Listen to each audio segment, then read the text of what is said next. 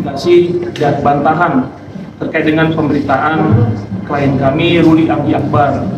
Mungkin teman-teman semua udah tahu berita yang lagi viral bahwa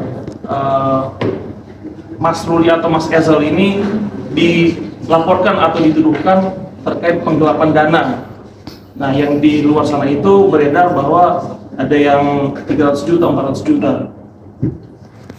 Secara umum, ini adalah sebenarnya kerjasama bisnis antara Mas Ezel dengan pelapor di tahun 2023. Mungkin teman-teman bertanya, buktinya apa ini kerjasama bisnis? Nah, kami punya dokumen. Memang kami tidak bisa membuka karena ini kan masih dalam tahap perkara ya, karena kan kami telah lihat di media bahwa kami juga telah dilaporkan di tanggal 6 atau tanggal 7. Mohon nanti dikoreksi. Pada saat ini sih kami masih belum menerima panggilan apapun. Jadi di dalam ini adalah perjanjian antara Sateman, yaitu Mas Ezel sendiri dengan para pelapor. Nah, singkat cerita, Mas Ezel ini dengan pelapor itu sudah kenal sejak lama. Jadi bukan ujuk-ujuk baru kenal bikin bisnis, enggak. Kenal sejak 2016. Jadi sebelumnya ada bisnis bareng di bisnis yang lain.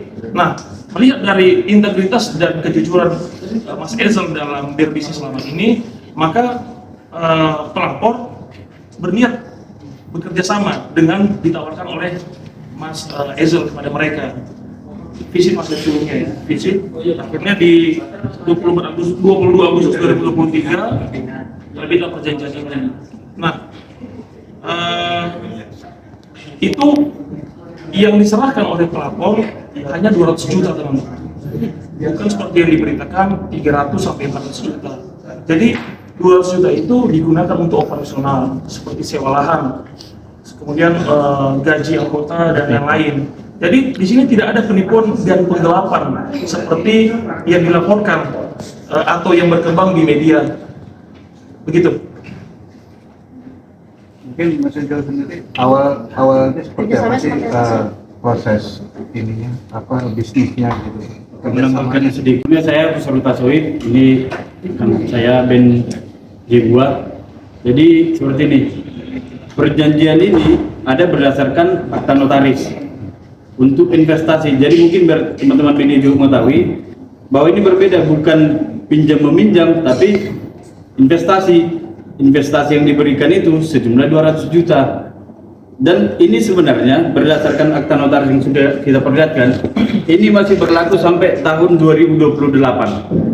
Nah, jadi sampai hari ini kita membuat klarifikasi, warung Sateman yang berada di Gejayan, Yogyakarta itu masih buka sampai hari ini. Bisa teman-teman media nanti Google sendiri bahwa masih berjalan. Bahwa dalam perjanjian tersebut juga dinyatakan bahwa investasi ini dikembalikan apabila Mas Ezel atau Mas Ruli membatalkan perjanjian setelah 2028. Begitu. Jadi kan laporan yang ada di media bahwa disampaikan Mas Ezel menipu dengan 300 juta, bahwa 200 juta itu memang sudah dialokasikan untuk pembangunan warung Sateman. Begitu. Ada tambahan? Mungkin ada perjanjian yang disampaikan dulu di dalam ada di sini ya. Nanti kita akan buka setelah kita dipanggil oleh pihak yang wajib. Kita nanti akan bersedia buka kepada teman-teman apa sih isi perjanjian ini. Ya. Mungkin sampai sekarang sendiri udah ada komunikasi dengan pihak pelapor. Katanya ada mungkin tenggat waktu yang diberikan sama beliau sendiri kan, mungkin media dan segala macam. Nah, itu setelah berita ini viral, klien kami Mas Ezel sudah menghubungi pengacara dari pelapor, Pak siapa?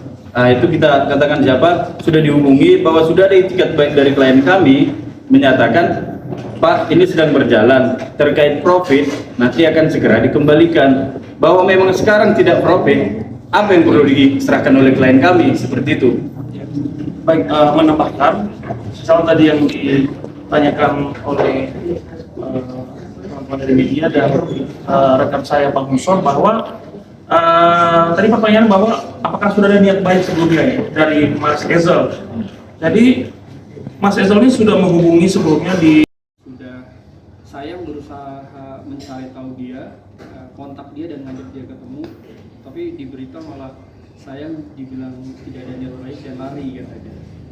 Sedangkan saya pun berusaha kontak yang bersangkutan RF itu dari September 2024.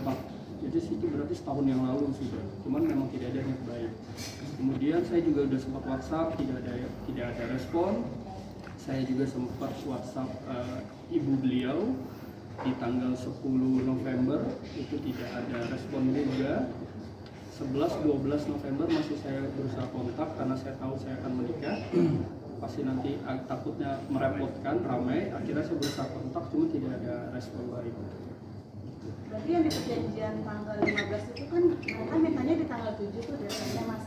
Tanggal 15, tanggal 15. Iya karena kan Mas Ezel mintanya 15 Iya. dan mereka awalnya sampai tanggal 7 gitu. Itu tidak ada perjanjian kembali. Tidak ada. Di 15. Desember. 2024, kemudian 10 November 2024. Jadi sudah ada sebenarnya komunikasi, bahkan juga kepada ibu pelapor untuk bertemu menyelesaikan. Sebenarnya kalau kita lihat di dalam perjanjian tidak ada juga kewajiban untuk mengembalikan. Ini kan investasi, untung-untung bersama, rugi-rugi bersama. Nah itu, tapi Mas Ezel sendiri pun berniat, oke, meskipun di klausul perjanjian ini tidak ada, maka saya bersedia untuk mengembalikan kerugian yang dimaksud. Cuma pelapor ini tidak mau untuk bertemu. Nah, tadi kan Pak Musor mengatakan bahwa sudah ada pertemuan dengan lawyer yang benar. Mas Ezel bertemu dengan lawyer pelapor.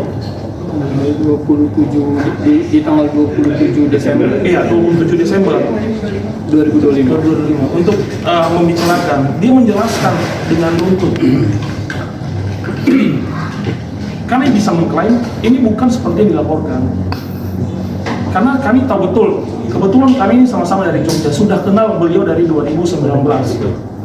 Nah itu teman-teman. Jadi ini soalnya perdata nih. Kalau dia berkaca pada hukum yang berlaku, kenapa tidak melakukan gugatan saja? Silakan gugat. Ini bukan ranah pidana, ya kan? Kemudian sangat disayangkan sih ketika ada berita-berita yang mengatasnamakan membawa-bawa istri dari klien kami. Tidak ada sangkut pautnya sama sekali. Ini murni pribadi Ruli Anggi Akbar atau Ezel. Fokuslah kepada Ezel sendiri. Jangan menyangkut-nyangkutkan pihak lain yang tidak tahu apa-apa dan tidak terlibat dalam permasalahan ini. Sekian.